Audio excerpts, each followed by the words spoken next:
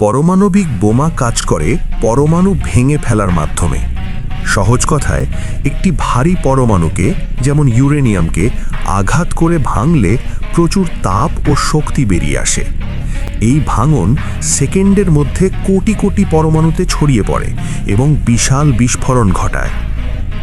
এক লাইনে, পরমাণু ভাঙো, অকল্পনীয় শক্তি বের করো এবং সেটা দিয়ে বিস্ফোরণ ঘটাও। আপনি কি জানতে চান পারমাণবিক বোমার তেজস্ক্রিয়তার রেডিয়েশন কেন এত বিপজ্জনক?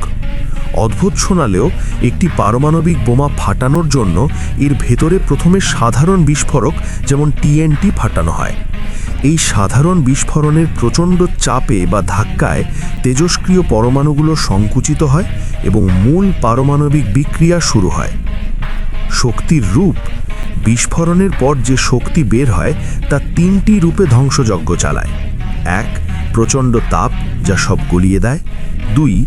শকওয়েভ বা বাতাসের তীব্র ধাক্কা, যা ভবন ভেঙে ফেলে। এবং 3. তেজস্ক্রিয়তা, যা জীবকোষ ধ্বংস করে।